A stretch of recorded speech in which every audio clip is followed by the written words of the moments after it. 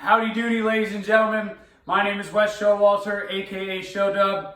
I'm a fitness coach in Philadelphia and a mentor for the online coaching community that is Strength Action. Today I'm just going to talk about a workout that you can do from the comfort of your home with minimal equipment. All you need is your body and a backpack. You can get to it right after you crush a rain. So, after warming up, of course, the first section, which we're going to call the A section, is going to consist of a power exercise, a core exercise, and a mobility feel-good exercise. So your power exercise, first on the docket, is going to be a lateral bound with a stick, meaning you stick the landing. So if I'm starting on my left foot, I'm jumping towards the right, sit into my hip, soften up the knee, left to right, stick the landing, vice versa. And notice what my arms are doing, right? As I jump, they switch side to side.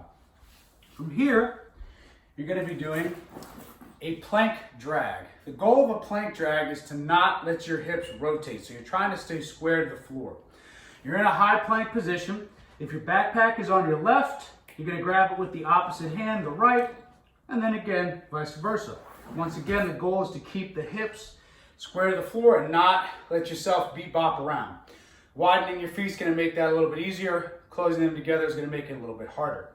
Your feel-good exercise, that's going to be your mobility in this one. You can use a pillow or a foam roller, something to rest your head on. You're going to get in this fetal-esque position, right, where my knees are in line with my hips. Top hand closest to the ceiling is going to reach forward, and then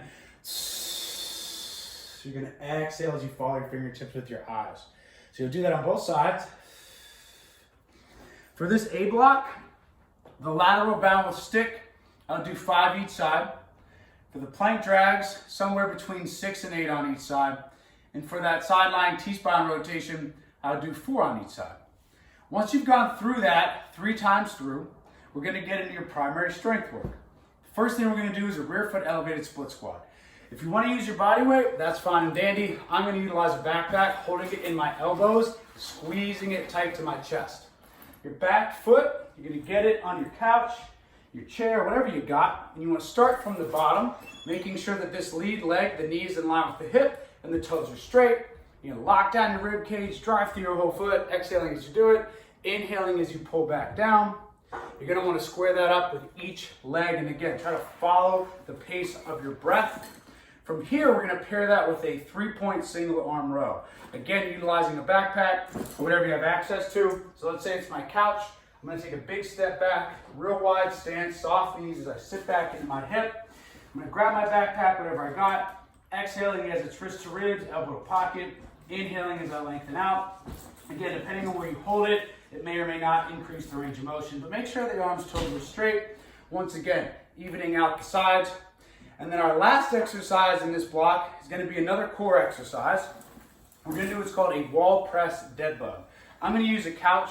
You can use anything that is not going to move on you. So for these, my head's relatively close to the couch. Spread your fingers out. Think about corkscrewing them into the surface. Knees are over the hips, toes towards the nose. Lower back's flush to the floor, belt buckle towards the chin. And then you're just going to try to maintain that as you exhale and then inhale before you switch that up. For all these exercises, again, we're going to call this the B block, aka your primary strength. For the split squats, you're going to shoot for about 8 to 10 on each side. For the single arm row, the 3-pointers there, you're going to shoot for, again, like 8 to 10. And for that wall press dead bug, you'll shoot for about 5 on each side, going through it 3 times through. Now we're just going to reverse all that. And we're going to start with, for your C block here, a single leg deadlift. Again, backpack, whatever you have access to. You can either hold it sideways or in one hand. If you hold it in one hand, it's going to be a little bit more difficult if it's the same leg that's on the ground, because now I'm asymmetrically loaded, a little bit more off balance. Whereas if I hold it in the opposite hand, it's going to make it a little bit easier to balance. So soft knee, sitting into that hip, right? So I'm bending at the knee ever so slightly to extend my hips, get those glutes and hamstrings involved before you snap up into a plank. It happens to help if you make a fist in the other hand. We're going to pair our single leg deadlifts with a push-up variation. All right, so your baseline will be on the floor, hands about shoulder width, if not wider, corkscrew them into the floor, feet together, belt buckle to chin, pulling down as a unit and locking out your elbows. If that's too much, you can elevate your hands on a couch, a bench, a chair, whatever you got. And if you want to spice it up, you can elevate your feet. All right? Same but different. Just do what works on your budget. So, for the single leg deadlifts, again, we're going to stick with that 8 to 10. For the push-ups, you're going to use your own effort. So you're going to go until you feel you have about 2 or 3 good reps left in the tank. That may differ from set to set, and that's okay. So your finisher, the last thing that we're going to do, is going to be a 30-30 split. We'll call this the D block, all right?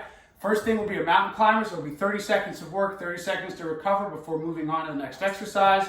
For your mountain climber, it's going to be shoulders stacked over the wrists in your high plank position. And then you can either go in a plyo nature, right, where the feet come off the ground each time, knees towards the chest, or you can drive same side knee to same side elbow, opposite knee to opposite elbow. The world is your oyster. You'll get 30 seconds of rest, and then we're going to pair that with a bicycle. I'll show you guys 2 different ways to do that. You're going to go fingers on the side of your head. One option will be opposite elbow to opposite knee, making sure to extend the knee fully. The other option would be to keep the legs nice and straight. This is going to be a little bit more difficult. And again, it's more about the rotation on those than it is going super, super fast. So that's your at-home workout. Once again, my name is Wes, aka Show Dub. Thank you very much. Beat Bop.